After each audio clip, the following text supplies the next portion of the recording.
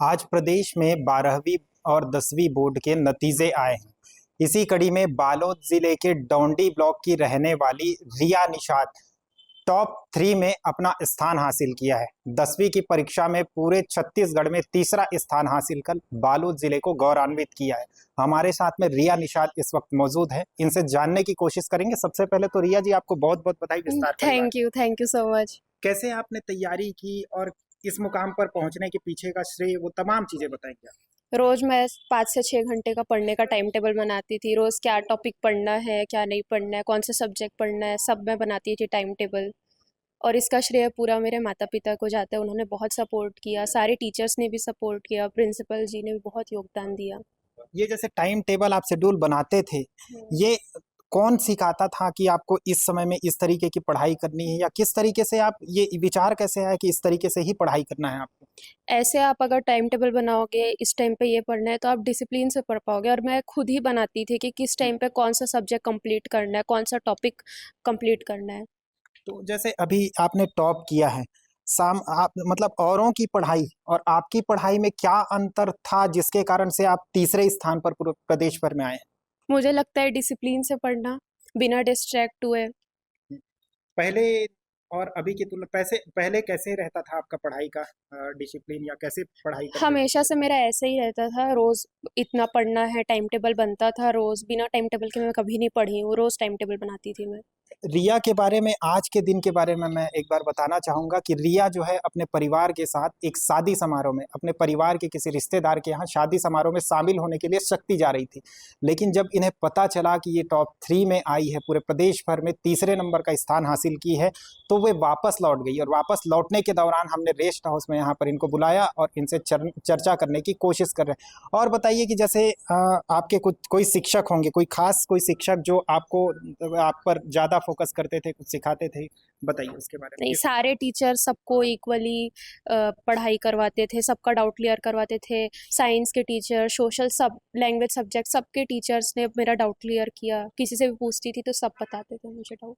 अभी तो आपका पहला पायदान है, आपने 10वीं में अब अभी जीत हासिल की है, तीसरे नंबर पर आई है। आगे क्या कुछ रणनीति रहेगी, किस तरीके से तैयारी करेंगे, और 10वीं के बाद 11वीं में कौन सा सब्जेक्ट लेंगे, क्या बनने की इच्छा है आपको, ये तमाम चीजें बताइए। मैं 11वीं में पीसीएम लूँगी, मैथमेटिक्स। उसके बाद मेरा कंप्यूटर इंजीनियर बनने का सपना है। ठीक। हमारे साथ में उनकी माता जी भी मौजूद है, जो जानकारी मिल रही है कि आप टीचर हैं। हाँ। उसी स्कूल में टीचर हैं क्या? हाँ। तो आप उसी स्कूल में टीचर हैं, बताएंगे कि आपकी बेटी जो है टॉप 3 में पूरे छत्तीसगढ़ में एक स्थान हासिल की है, कैसा महसूस हो रहा है, और कैसे आपने प्रयास किया कि आपकी बेटी इस मुकाम पर अभी पहुंची है? पहले तो हम सभी के सभी पूरा परिवार बहुत खुश है। और पढ़ाई शुरू से वो क्लास टॉपर रही है। हमेशा से बचपन से ही पढ़ाई में उसकी बहुत रुचि रही है। और बहुत ज़्यादा पेरेंट्स, एज ए पेरेंट्स, हमको बहुत ज़्यादा भी उसके पीछे पढ़ाई के लिए नहीं ध्यान देना पड़ता था। वो खुद से अपनी पढ़ाई कर लेती थी। जहाँ उसका डाउट रहता था, जो भी किसी भी सब्जेक्ट में, वो वहाँ उसके डाउट्स क्लियर कर देते थे। और पूरा श्रेय उसको, उसकी मेहनत के है। देखिए, कहा जाता है कि एक बच्चे का जो गुरु है, माता पिता ही सबसे बढ़कर सबसे बड़ा गुरु होता है। लेकिन यहाँ पर एक चरितार्थ होता हुआ भी दिख रहा है कि आपकी बेटी जो है, आपकी बेटी वो आपकी, मतलब आपको माँ भी मानती है और साथ ही साथ उनके गुरु भी हैं, है ना? तो ये चरितार्थ भी होता दिख रहा है। और क्या कहना चाहेंगे, और आपकी बेटी जो टॉप की है, और भी लोगों को क्या संदेश देना चाहेंगे, बतौर एक शिक्षक क्या संदेश देना चाहेंगे और बच्चों को? एज ए टीचर मैं बोलना चाहूँगी, बहुत ज़्यादा प्रेशर ना दे। बच्चे का इंटरेस्ट किस सेक्शन में है, उस पे पेरेंट्स ध्यान दे। अगर बच्चे का इंटरेस्ट स्पोर्ट्स में है तो स्पोर्ट्स में ध्यान दे, म्यूज़िक में है तो म्यूज़िक में ध्यान दे। ज़रूरी नहीं है हर बच्चे का इंटरेस्ट पढ़ाई में ही हो।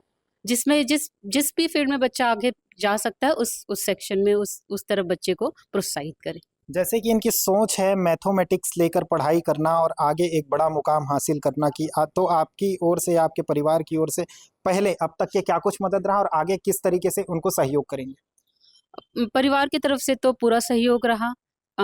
हम लोग सब उसको पढ़ाई के लिए मोटिवेट करते थे और आगे भी रहेगा। और आगे क्या पढ़ना चाहती है, कौन सा सब्जेक्ट पढ़ना चाहती है, कौन सा प्रोफेशन लेना चाहती है, वो उसका सेल्फ डिसीजन रहेगा। पेरेंट्स की तरफ से कोई प्रेशर नहीं है कि पर्टिकुलर उसको साइंस फील्ड में जाना है कि कॉमर्स फील्ड में जाना है। जो भी उसका इंटरेस्ट रहेगा उस सेक्शन में वो आगे जाएगी।